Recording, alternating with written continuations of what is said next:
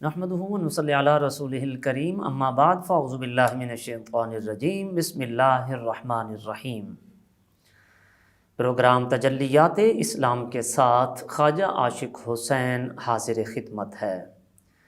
ناظرین کرام، مومن کی شان ہے کہ وہ کائنات کی ہر چیز کو عبرت کی نگاہ سے دیکھتا ہے، ہر چیز سے کچھ نہ کچھ سبق حاصل کرتا ہے۔ ہماری خوش قسمتی اور خوش نصیبی ہے کہ اللہ رب العزت نے رمضان المبارک جیسا بابرکت مہینہ زندگی میں ایک بار پھر عطا فرمایا ہے۔ اس لیے آج چونکہ رمضان المبارک کا آخری جمعہ ہے اور اس کا آخری عشرہ بھی اختتام پذیر ہونے والا ہے، اس لیے اس ماہ مبارک میں ہم غور کریں کہ ہم نے اس ماہ مبارک میں کیا کھویا اور کیا پایا ہے۔ خوش نصیب ہیں وہ لوگ جنہوں نے اس ماہ مبارک کی رحمتوں اور برکتوں کو سمیٹا، اپنے گناہوں پر ندامت کے آنسو بہائے، اپنے رب کے حضور سچی توبہ کر کے اللہ کی رحمت کو اپنی طرف متوجہ کیا اور اللہ کی طرف سے بخشش اور مغفرت حاصل کر کے جہنم سے آزادی کا پروانہ حاصل کیا۔ اس تربیتی مہینے میں اپنے آپ کو سنوار کر بقیہ زندگی اسی نہج پر گزارنے کا تہیہ کیا۔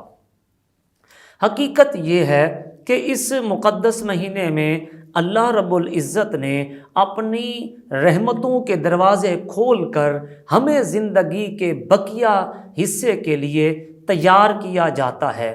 حضرت امام ربانی شیخ مجدد الفیسانی رحمۃ اللہ تعالی علیہ اپنے مکتوبات میں فرماتے ہیں کہ رمضان المبارک میں اتنی برکات کا نزول ہوتا ہے کہ بقیہ پورے سال کی برکتوں کو رمضان المبارک کی برکات سے وہ نسبت بھی نہیں جو قطرے کو سمندر کے ساتھ ہوتی ہے۔ لہٰذا اللہ کی اس رحمت کے بہتے دریا سے گزر کر ہم نے کتنا حصہ پایا، آج اس کو واضح کرنے کی کوشش کرتے ہیں۔ اللہ تعالیٰ نے قرآن کریم میں فرمایا فَمَنْ شَهِدَ مِنْكُمُ الشَّهْرَ فَلْيَصُمْ، کہ جو کوئی رمضان المبارک کا مہینہ پائے تو اس پر لازم ہے کہ وہ روزہ رکھے۔ اور روزے کی فرضیت کا حکم دے کر سب سے پہلے بغیر چوں چراں سر تسلیم خم کرنا سکھایا گیا کہ جب اللہ کا حکم آ جائے تو اس کی پیروی کرنی ہے، چاہے اس کی حکمت تمہیں معلوم ہو یا نہ ہو، اس کے فائدے پتہ ہوں یا نہ ہوں۔ بندے کا کام یہ ہے کہ رب کے حکم کے آگے اپنی جبین نیاز کو جھکا دے۔ اللہ رب العالمین کے حکم کے آگے اگر ہم نے اپنے نفس کو جھکا دیا تو پورا مہینہ غلامانہ طور پر تعمیل میں لگے رہے۔ اس کا مطلب ہے کہ ہمیں بندگی کا قرینہ آ گیا ہے کہ صبح شام اللہ کی چاہت کیا ہے، اس کے مطابق زندگی کا باقی ماندہ حصہ بھی گزارنے کی کوشش کریں۔ دوسرا اہم مقصد تقوی اور پرہیزگاری کا حصول تھا۔ اللہ نے فرمایا کتب علیکم الصیام کما کتب علی الذین من قبلکم لعلکم تتقون، کہ ایمان والو جس طرح تم سے پہلی قوموں پر روزہ فرض کیا گیا تھا تم پر بھی اسی طرح فرض کیا گیا تاکہ تم پرہیزگار متقی بن جاؤ۔ متقی شخص وہ ہے جو بچ بچ کر زندگی گزارے، جیسے بلڈ پریشر والا بی پی تیز کرنے والی چیزوں سے بچتا ہے اور کولیسٹرول کی زیادتی والا فشار خون یعنی بلڈ پریشر تیز کرنے والی چیزوں سے بچتا ہے، بالکل اسی طرح متقی انسان اللہ اور اس کے رسول کی نافرمانی والے کاموں سے دور رہتا ہے، وہ معصیت اور گناہوں سے بچ کر زندگی گزارتا ہے۔ رمضان کے دن میں تقویٰ کی مشق کرائی جاتی ہے۔ ہم کرتے رہے کہ بھوک لگی ہے، کھانا نہیں کھایا، پیاس نے ستایا مگر پانی بھی موجود ہے، کوئی روک ٹوک کرنے والا بھی نہیں ہے، دیکھنے والا بھی کوئی نہیں ہے، ہم پانی کے قریب بھی نہیں بھٹکے۔ خواہشات نے تنگ کیا مگر بیوی کے پاس نہیں گئے۔ گویا اللہ کی مرضی اور منشا کے مطابق ہم رمضان المبارک کے شب و روز گزارتے رہے۔ یہی تقاضا ہمیں بقیہ 11 مہینے بھی تقوی کے ساتھ گزارنے کا ہے کہ جس چیز کے کرنے کا حکم اللہ نے دیا ہے وہ کریں، جس سے رکنے کا حکم دیا ہے اس سے رک جائیں۔ تیسری چیز اخلاص اور للہیت ہے، جس کا روزے کے ذریعے ہمیں سبق سکھایا گیا۔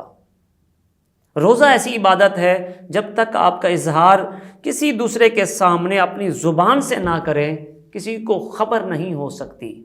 اس میں ریاکاری یا نمود و نمائش کا امکان کم سے کم پایا جاتا ہے۔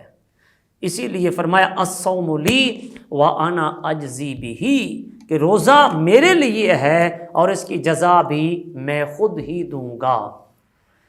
تو اس سے پتہ چلا ہمیں اپنے اعمال میں، دوسری باتوں میں بھی اخلاص کی ضرورت ہے۔ جتنا اخلاص زیادہ ہوگا اللہ تعالیٰ اجر و ثواب میں بھی اتنا زیادہ اضافہ فرماتا جائے گا۔ رمضان المبارک کا ایک اہم کام نماز تراویح ہے۔ ہر رات تراویح میں قرآن کریم کی 20 رکعات ادا کرنا، پورا مہینہ اس کا اہتمام کرنے سے، اس تربیتی مراحل کا مقصد یہ ہے کہ سال کے باقی 11 مہینوں میں بھی نماز با جماعت کا اہتمام کیا جائے۔ رمضان کی عادت بقیہ 11 مہینوں میں پختہ رہے گی۔ اسی طرح قرآن مجید کی تلاوت کی صدائیں رمضان المبارک میں بلند ہوتی ہیں۔ گھر کا ہر فرد تلاوت کرنے کی کوشش کرتا ہے، چونکہ رمضان المبارک میں قرآن نازل کیا گیا، اور اس لیے صرف قرآن کی تلاوت کو رمضان المبارک تک محدود نہ کریں، بلکہ زندگی کا ایک حصہ کا دستور العمل بنائیں۔ جس طرح رمضان المبارک میں قرآن سے تعلق رکھا، اسی طرح غیر رمضان میں بھی تعلق باقی رہنا چاہیے۔ رمضان المبارک کا ایک مقدس مہینہ وہ ہے جس کی ہر رات مسلمانوں کی ایک دعا قبول ہوتی ہے، اور مسلمان گڑ گڑا کر آہوزاری کر کے اللہ کو راضی کرتے ہیں۔ ایک حدیث میں ہے، حضرت ابو سعید خدری رضی اللہ تعالی عنہ سے مروی روایت میں آقا کریم علیہ الصلوۃ والسلام نے فرمایا، ان اللہ تبارک و تعالی عتقا فی کل یوم و لیلۃ، یعنی فی رمضان، و ان لکل مسلم فی یوم ولیلۃ دعوت مستجاب۔ فرمایا کہ اللہ تعالیٰ ہر دن اور ہر رات لوگوں کو جہنم سے آزاد فرماتا ہے، اور ماہ رمضان المبارک کے ہر دن اور ہر رات مسلمانوں کے لیے ایک ایسی دعا کا وقت ہے جسے قبولیت سے نوازا جاتا ہے۔ اس مہینے میں ہر بندہ اللہ کے حضور دعا کرنے کی، گڑ گڑا کر رونے کی، دست سوال پھیلا کر آہوزاری کرنے کی تربیت دی جاتی ہے۔ تو اس کو بھی ہمیں صرف رمضان تک محدود نہیں کرنا چاہیے، بلکہ زندگی کے ہر لمحے میں اس کے سامنے اپنے مسائل حل کرانے کی کوشش کریں۔ اسی طرح توبہ استغفار کی کثرت کی جائے، ہر وقت اللہ سے توبہ کی جائے۔ توبہ ایک ایسی عبادت ہے جس کے لیے گنہگار ہونا ضروری نہیں ہے۔ یہ تو غسل کی مانند ہے، جتنی مرتبہ توبہ کی جائے گویا آدمی غسل کر رہا ہے۔ ذکر اللہ کی کثرت کی جائے، اسی پاک مہینے میں حرام چیزوں سے اجتناب کیا جائے۔ تو اسی طرح یہ غمخواری کا مہینہ ہے، ہمدردی کا مہینہ ہے۔ بھوک کی شدت اور پیاس کے سبب دوسروں کا احساس ہوتا ہے، ان کی غربت کا ترس آتا ہے، ان کی ناداری کی فکر ہوتی ہے۔ تو یہ رمضان المبارک ہمیں دوسرے ایام میں بھی غریبوں کی غمخواری کرنے کا درس دیتا ہے۔ اسی طرح یہ صبر اور ضبط کا مہینہ ہے۔ لوگوں کی طرف سے کوئی تکلیف پہنچتی ہے، ان کی طرف سے اذیت رسانی پر صبر کی جائے، اور مسجد کے ساتھ اپنا تعلق مضبوط رکھا جائے۔ وقت کی پابندی بھی یہ رمضان المبارک سکھاتا ہے۔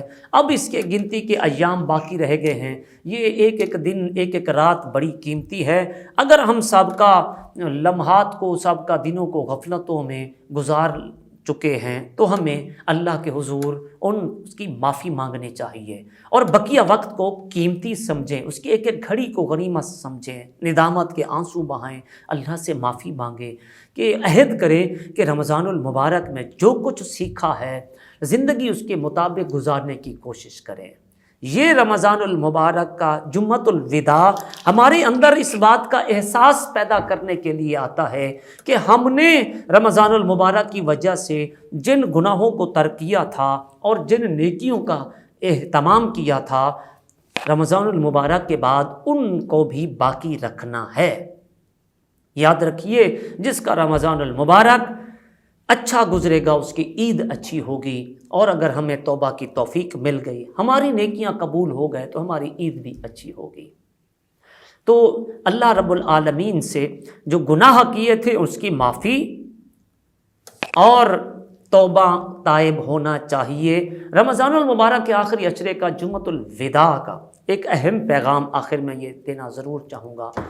ہمارے ہاں بعض لوگ اس موقع پر ایک نماز پڑھتے ہیں اور سمجھتے ہیں کہ یہ نماز جو ہے اس کو قضاء عمری کی نماز کہا جاتا ہے، اور تاثر یہ دیا جاتا ہے کہ زندگی بھر کی جتنی نمازیں اگر قضا ہوئی ہوں گی تو وہ اس سے ختم ہو جائیں گی۔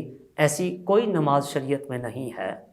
البتہ حضرت مفتی احمد یار خان نعیمی رحمۃ اللہ تعالی علیہ نے اپنی کتاب میں اسلامی زندگی میں یہ طریقہ لکھا ہے۔ جمعۃ الوداع کے دن ظہر اور عصر کی نماز کے درمیان 4 رکعت نماز جو ہے وہ نفل پڑھی جاتی ہے قضاء عمری کے حساب سے۔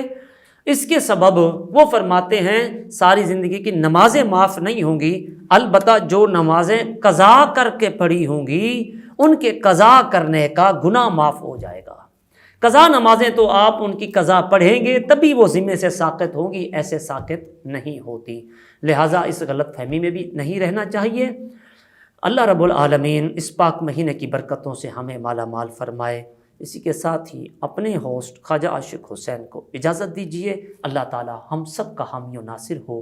السلام علیکم ورحمۃ اللہ وبرکاتہ۔